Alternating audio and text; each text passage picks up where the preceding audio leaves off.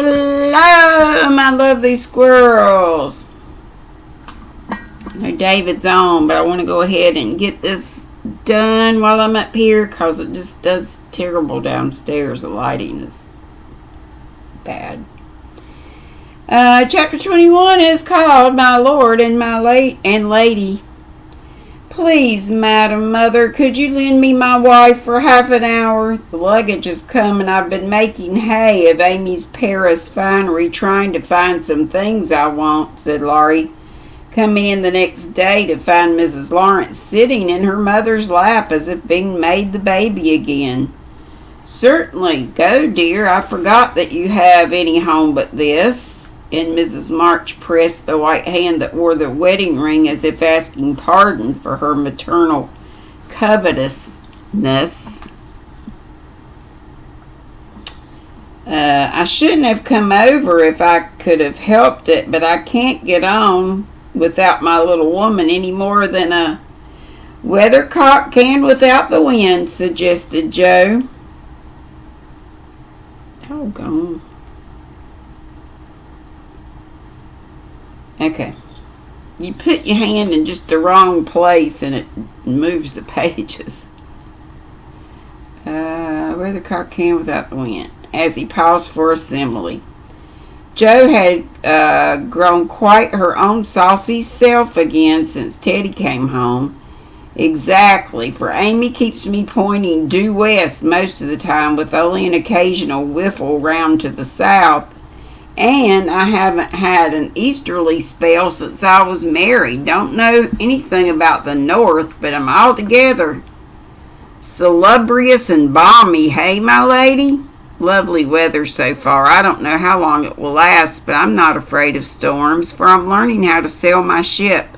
Come home, dear, and I'll find your boot jack. I suppose that's what you're rummaging after among my things. Men are so helpless, Mother, said Amy with a matronly air which delighted her husband.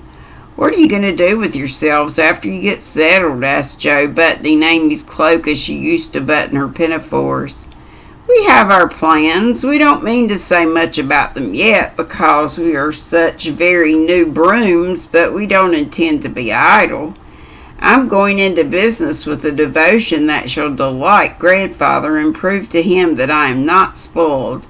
I need something of the sort to keep me steady. I'm tired of dawdling and mean to work like a man.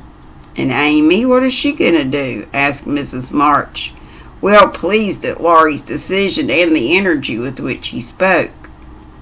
After doing the civil all round and airing our best bonnet, we shall astonish you by the elegant hospitalities of our mansion, the brilliant society we shall draw about us, and the beneficial influence we shall exert over the world at large. That's about it, isn't it, madam? Asked Laurie with a quizzical look at Amy. Time will show. Come away, impertinence, and don't shock my family by calling me names before their faces, because he said something after madam, and I cannot, it's French, so I'm sure I'd say it. Answered Amy, resolving that there should be a home with a good wife in it before she set up a salon as a queen of society.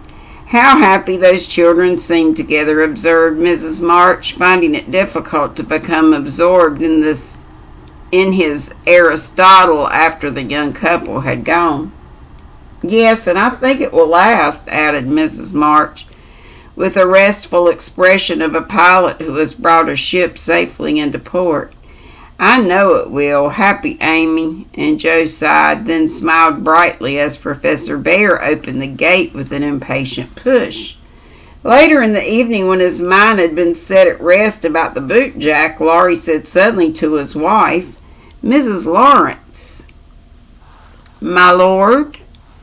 That man intends to marry our Jo. I hope so, don't you, dear? Well, my love, I consider him a trump in the fullest sense of that expressive word, but I do wish he was a little younger and a good deal richer.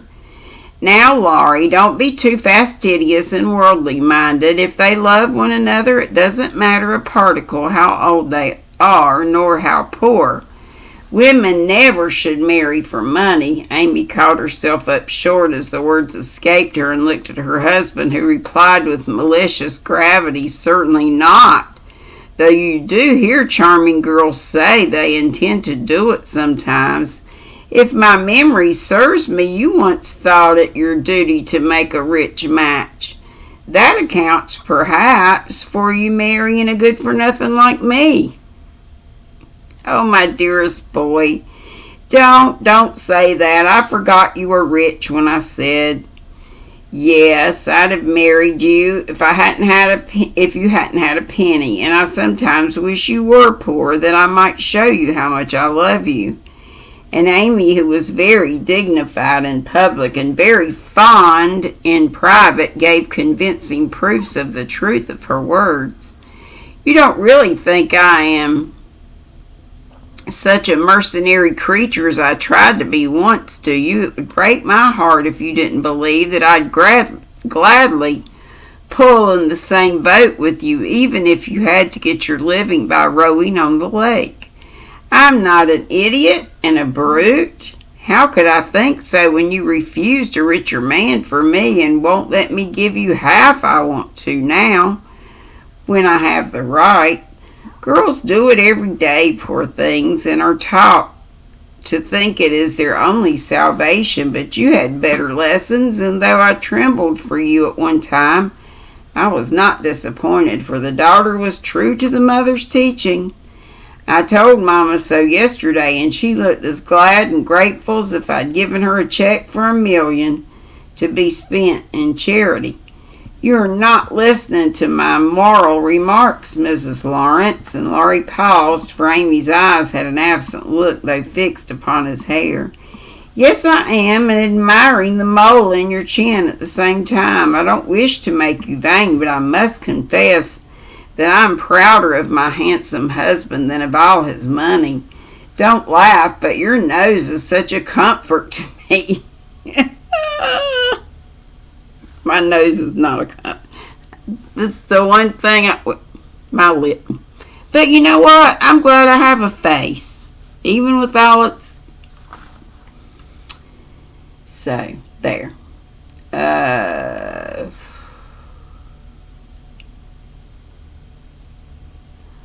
Here's such comfort. Amy softly caressed the well-cut feature with artistic satisfaction. Laurie had received many compliments in his life, but never one that suited him better, as he plainly showed, though he did laugh at his wife's peculiar taste while she said slowly, "May I ask you a question, dear?" "Of course you may."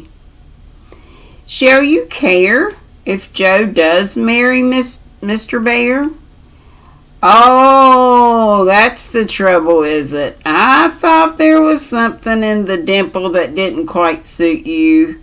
Not being a dog in the manger, but the happiest fellow alive. I assure you I can dance at Joe's wedding with a heart as light as my heels. Do you doubt it, my darling?"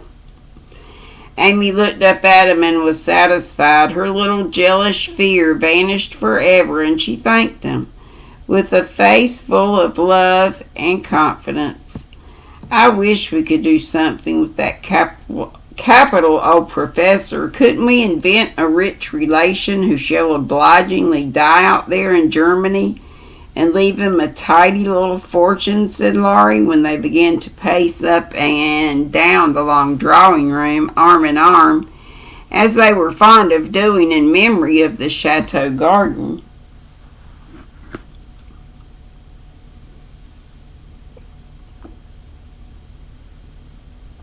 Blackcurrant burst. Get it on Amazon.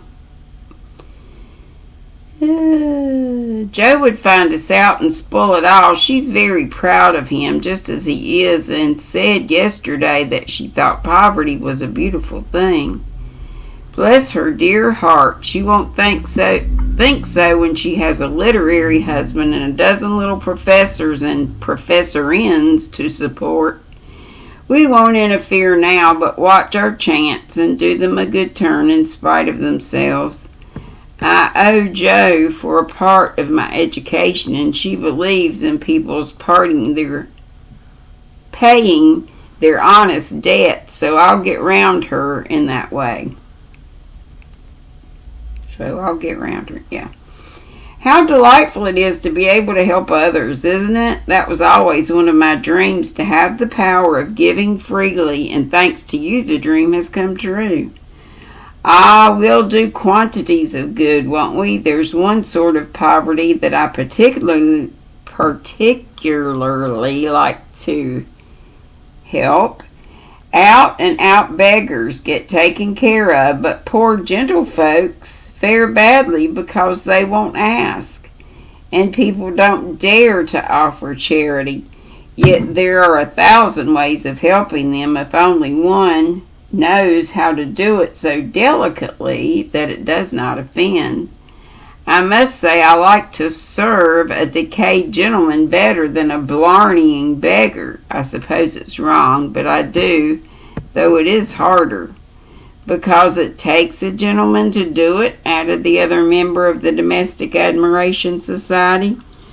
Thank you, I'm afraid I don't deserve that pretty compliment, but I was going to say that while I was dawdling about abroad, I saw a good many talented young fellows making all sorts of sacrifices and enduring real hardships that they might realize their dreams. Splendid fellows, some of them working like heroes, poor and friendless, but so full of courage, patience, and ambition that I was ashamed of myself and longed to give them a right good lift. Those are people whom it's a satisfaction to help, for if they've got genius, it's an honor to be allowed to serve them, and not let it be lost or delayed for want of fuel to keep the pot boiling. If they haven't, it's a pleasure to comfort the poor souls and keep them from despair when they find it out. Yes, indeed, and there's another class who can't ask, and who suffer in silence. I know something of it, for I belonged to it before you made a princess of me, as the king does the beggar maid in the old story. And I'm not tired, but I do want to get to David, so I'm going to stop right there. I know that wasn't very long at all. See you tomorrow. Be sweet, don't be ugly. Go to David's if you're around it. He comes on Wednesdays right after me. So 6 bells. So it's like 6:20 now, so I need to get over there. Love y'all. I think I said be sweet, don't be ugly, but have a good night. Bye.